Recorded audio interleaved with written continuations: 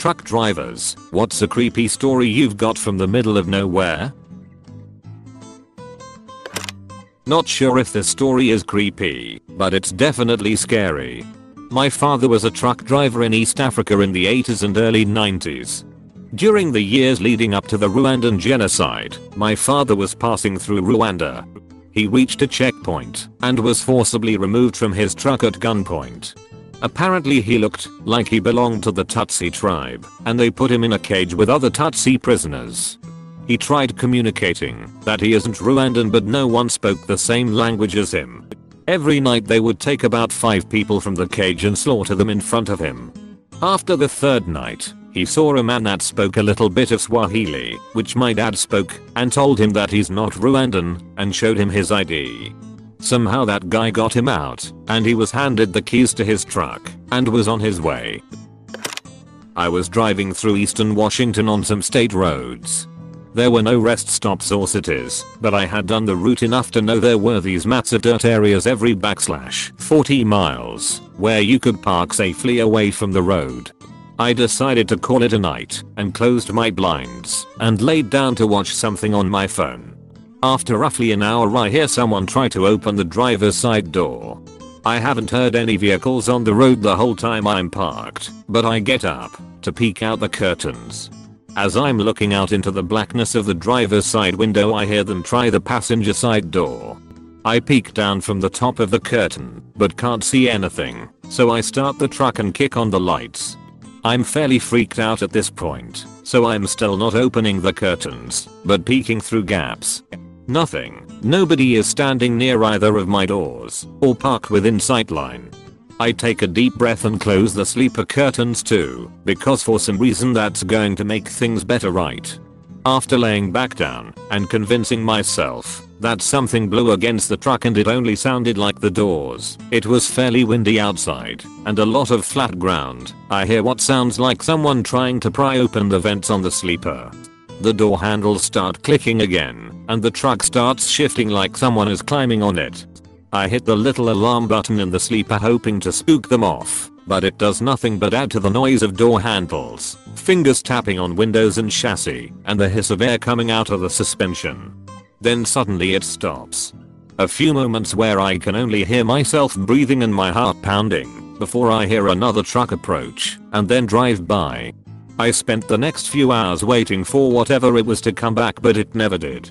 In the morning I couldn't find any footprints or damage to my truck, but on every window were tiny human looking handprints, like a toddler had licked their hand and stuck it to my window over and over. Driving through an abandoned section of Baltimore at 3 in the morning, my CB radio turned itself on and crackled for a bit. Out of nowhere some voice over the radio said in a deep southern drawl, "I ain't got no panties on." I could see up and down the interstate 4 miles and saw not one set of headlights. The obligatory not a truck driver, but a second-hand story I heard. My great uncle drove big trucks, living in the middle of nowhere. Sometimes people would leave trash on the road. And since he had a big truck he'd just smash into said boxes or paper and continue on. One day he was coming up on a cardboard box and just had the urge to swerve and miss this one. He misses it and passes by with no incident, looks in his rear view to look at the box, and out pops a kindergarten age little kid that just heads back to their house as nothing happened. A good buddy of mine is a long haul trucker for my company. A few months ago, he woke up in a parking lot surrounded by police. Some dude had gotten shot and dumped 15 feet from his truck. My dad drove a truck between Edinburgh and London and tells this story often.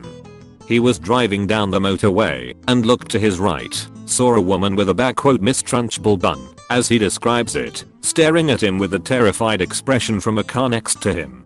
Before he really knows how to react, the car pulls off at the next exit and my dad, although shaken, carries on.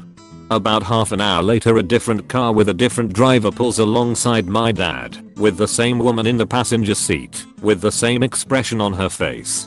My dad thinks back "fuck this" and plans to pull into the next services to report, as even if it's nothing/misunderstanding, better to be safe than sorry, right? Anyway, the car disappears before he can get any details. Plates CTC, and he thinks there is no point calling the police with no details, so he carries on driving.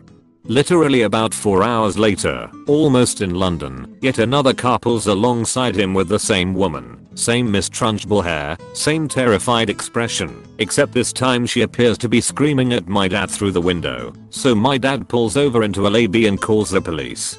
Apparently they have received 3 other calls about the same woman/car in the same area in the last few minutes.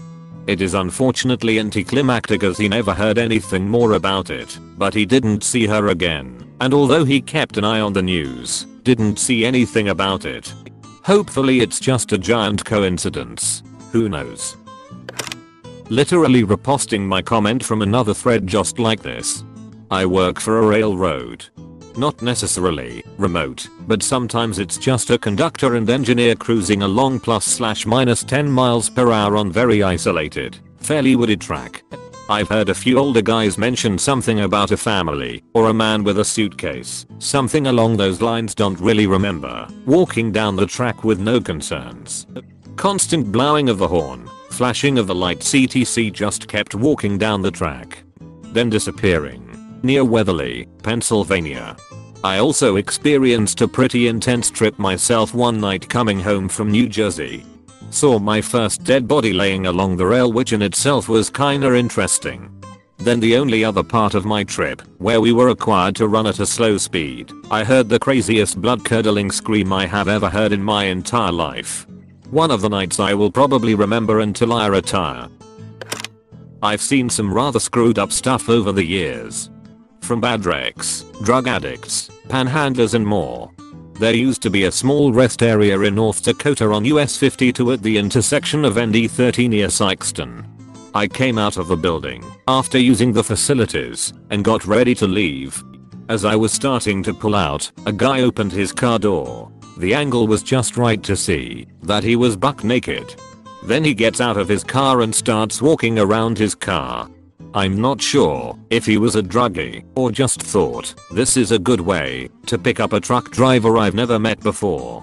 I just drove away and didn't look back. Maybe that isn't creepy in the sense that op meant it, but I thought it was. One story that was creepy to me was that I was driving across Kansas on I-70 headed west. There is a pretty long stretch out there that's just a couple little towns and not much else. As the night wore on, I realized I had been passed several times by this beat up old motorhome. Several people sat with their noses almost pressed to the window, watching me with creepy interest as it passed. Every time. And I never noticed where I repassed them at. A couple times I swear they passed me twice where there was no rest areas or exits to pull off at. I would have seen them stopped somewhere, but yet, here they were passing me again. They all looked like some variant of Charles Manson or some other freaky type. Had me pretty uptight by the time I got to the tar truck stop in Lemon and stopped for the night. And almost every driver I know has seen stuff late at night that just can't be explained. Maybe it's fatigue, or maybe not. But I've seen very large man-like shadows cross the road way too fast for their size several times.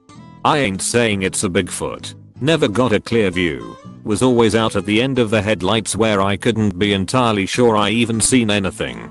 But it sure looked like a large something crossing a whole road in just a couple of steps. Really weird.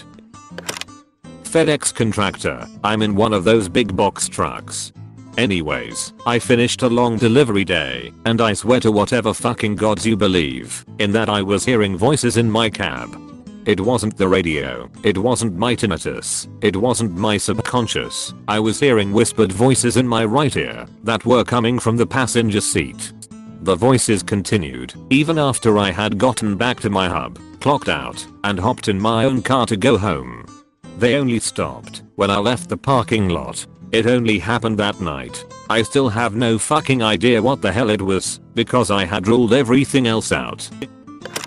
Not technically a truck driver, but I used to work as a field technician in the oil industry, so I spent a lot of time driving through remote areas of Canada at odd hours. One very strange and eerie experience sticks with me. I was in either northeast BC or northwest Alberta, can't remember the exact location, driving late at night when I noticed a very large black shape on the road in front of me. Thinking it was a moose, I stepped on the brakes, coming to a stop only a few feet from it. Despite being so close and having my headlights shining directly on it, I still couldn't tell what I was looking at. It was vaguely the shape of a full-legged animal, but very big, probably about 6 feet tall. Aside from that, it was completely featureless. I couldn't make out any details whatsoever, no shine from its eyes, nothing. And then I noticed there were more of them in the ditch on both sides of the road. 5 or 6, or maybe more, all the same as the black shape on the road in front of me. None of them were moving. They didn't look like physical objects or living things. More like just large patches of absolute darkness. After I got over my shock, dread started to set in, and I drove around the thing on the road and sped off.